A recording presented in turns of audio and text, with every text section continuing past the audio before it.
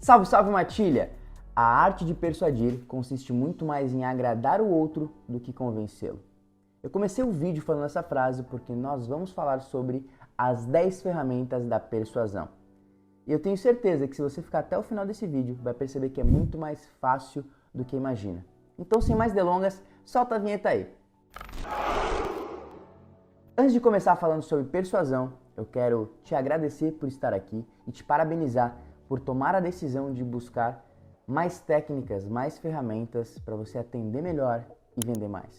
Porque muitas das vezes a gente se acostuma com o nosso dia a dia e quando as vendas começam a baixar, a gente se pergunta se é o mercado, se são nossos clientes, mas quando falta resultado tem que sobrar atitude. Então parabéns pela atitude de você estar buscando mais técnicas, mais ferramentas. E quero aproveitar e te pedir um grande favor. Se você não é inscrito no meu canal ainda, se inscreva, é muito importante para mim. E se você gostar desse vídeo, compartilha para o seu amigo, para sua amiga vendedora, porque eu tenho certeza que ele vai ter excelentes resultados com o conteúdo que eu tenho aqui no meu canal do YouTube. Pausa pro café. Então vamos lá. Primeira ferramenta é rapport. É uma das coisas que eu mais falo aqui no meu canal. Se duvidar, de cada 10 vídeos que eu posto, 7 devem ter o conteúdo sobre rapport. Então, antes de a gente querer vender algo para alguém, a pessoa tem que nos comprar. Porque senão tudo que você for falar para ela não vai aceitar como uma verdade. Ela tem que primeiramente olhar para você com respeito, com admiração e dizer: gostei desse cara, vou comprar com ele. Então, rapport eu não vou ficar falando muito aqui, senão o vídeo vai ficar de 30 a 40 minutos, mas é você se conectar com essa pessoa. E se você ficou um pouco mais curioso sobre esse assunto, eu vou colocar aqui em cima um vídeo que eu fiz falando especificamente sobre rapport. Segunda ferramenta, motivadores de compra. O que motiva esse cliente para fazer essa compra? Porque quando nós vamos partir para a persuasão, não é quando você está abordando em si o cliente, mas já na hora que você está fazendo o fechamento, fazendo a negociação. Então você já conheceu o cliente, já entendeu o que motiva ele a comprar. Então, por exemplo, ele entrou na sua loja, qual seria uma primeira pergunta para fazer para ele? O que motivou você a entrar nessa loja? Então você já sabe os motivadores de compra. Então utilize isso durante o seu pitch, durante a negociação. Fale para ele coisas que você sabe que são importantes para ele. E daí com certeza ele vai ficar mais motivado a fazer essa compra. Ferramenta 3. Ninguém resiste a um sincero elogio. Quero te fazer uma pergunta. Quando foi a última vez que você elogiou o seu cliente? E eu não estou falando um elogio por elogiar. Eu estou falando um elogio sincero. Uma roupa bonita que ele ou ela está usando, uma postura que ele teve na empresa que você gostou, uma postagem no Instagram diferente que você viu, cara, que ideia diferente. Então, quando você faz isso e é sincero, ele percebe. E o que acaba acontecendo? Ele vai querer ser recíproco com você. E isso vai ser numa compra ou sendo gentil com você. Então, faça um elogio sincero que com certeza você vai ser uma pessoa mais persuasiva. Ferramenta 4, reciprocidade. Agora há pouco eu falei sobre isso, ele ser recíproco com você. Então, além de você dar um elogio, você pode também dar algo.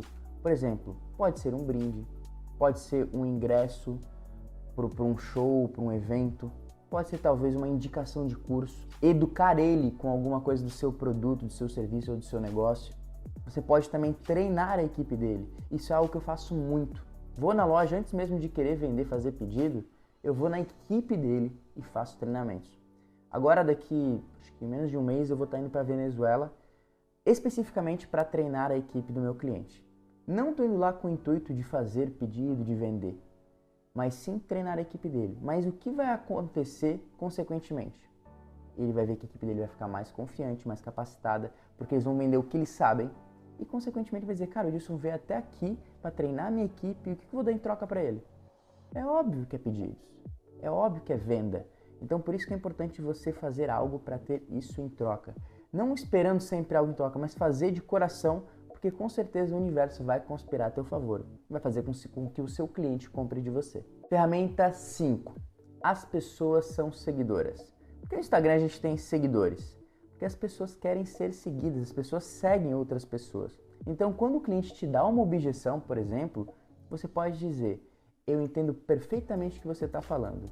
De cada 10 clientes que eu atendo, 7 ou 8 me falam a mesma objeção. Porém, depois de eu apresentar o meu produto e eles fazerem um teste, eles pensam diferente.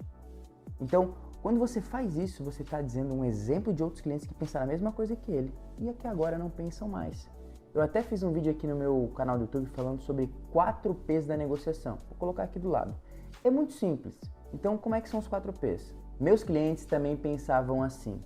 Porém, depois de testar o meu produto, perceberam que ele realmente funcionava. Eu tenho certeza que se você testar o produto, vai pensar da mesma maneira. Então, quando você coloca esses P's em prática, você está utilizando uma prova social, você está ancorando algo. Então, lembre-se, as pessoas seguem outras pessoas. Então, utilize seus clientes como exemplo e venda mais. Sexta ferramenta, caridade. Eu sei que às vezes essa palavra parece que a gente está implorando por uma venda, mas não é isso que eu estou querendo dizer. Eu estou falando para você pensar fora da caixa. E isso às vezes está muito mais próximo do que você pensa. Por exemplo, eu vou dar um exemplo de uma história. Certa vez, um representante vendedor queria entrar numa loja, numa rede de lojas, e ele não conseguia falar com a pessoa que decidia ou com o comprador. Então, ele já tinha tentado 10 vezes ligar para essa loja, mandar e-mail e não conseguia ter retorno. Então, o que ele fez? Ele pegou uma caixa de sapato e colocou apenas um sapato dentro e colocou uma carta e mandou para a empresa. Chegando lá, estava escrita a seguinte frase nesse papel: já estou com um pezinho dentro da empresa, só falta o outro pezinho. Eu tenho certeza que se você me dá a oportunidade de apresentar meu produto, não vai ter dúvidas dos benefícios que o meu produto vai dar para a sua empresa. Então, quando ele fez isso, realmente foi como se fosse pedir uma caridade, uma oportunidade. E é isso que às vezes a gente tem que fazer para conseguir essa concretização do negócio. E isso sim é ser persuasivo, você não está se desmerecendo por isso. Então, exemplos que você pode fazer diversas vezes, quando você ligar para o cliente e falar: cara, eu já te liguei 10 vezes, se você me der uma oportunidade, tenho certeza que você vai me agradecer no futuro. Isso é um gesto de caridade, você está quase implorando para ele, só que você sabe o benefício que vai trazer para o negócio dele. Então, se não tem outra saída, vai por esse caminho que eu tenho certeza que você vai ser uma pessoa ainda mais persuasiva e vai conseguir fechar a venda. Sétima ferramenta, conte histórias. Muitas das vezes você pode pensar que no seu negócio não tem histórias, mas comece a ver os materiais que você trabalha. Por exemplo, eu trabalho com uma matéria-prima que se chama latão. Então, um latão pode ser feito para estruturas de móveis, para bancos, para mesas, etc. Então, se eu falo sobre um material nobre e tudo mais, ok, mas se eu falo que esse material é um primo do ouro, que foi um dos primeiros espelhos utilizados. Então, as pessoas, antes mesmo de ter o espelho que a gente conhece hoje em dia, se olhavam por uma lâmina de latão. Então, quando eu falo essa história, que ela também foi utilizada para armaduras no passado, então começa a criar uma história, um storytelling. Então minha sugestão para você, o meu convite, olha os materiais que você trabalha.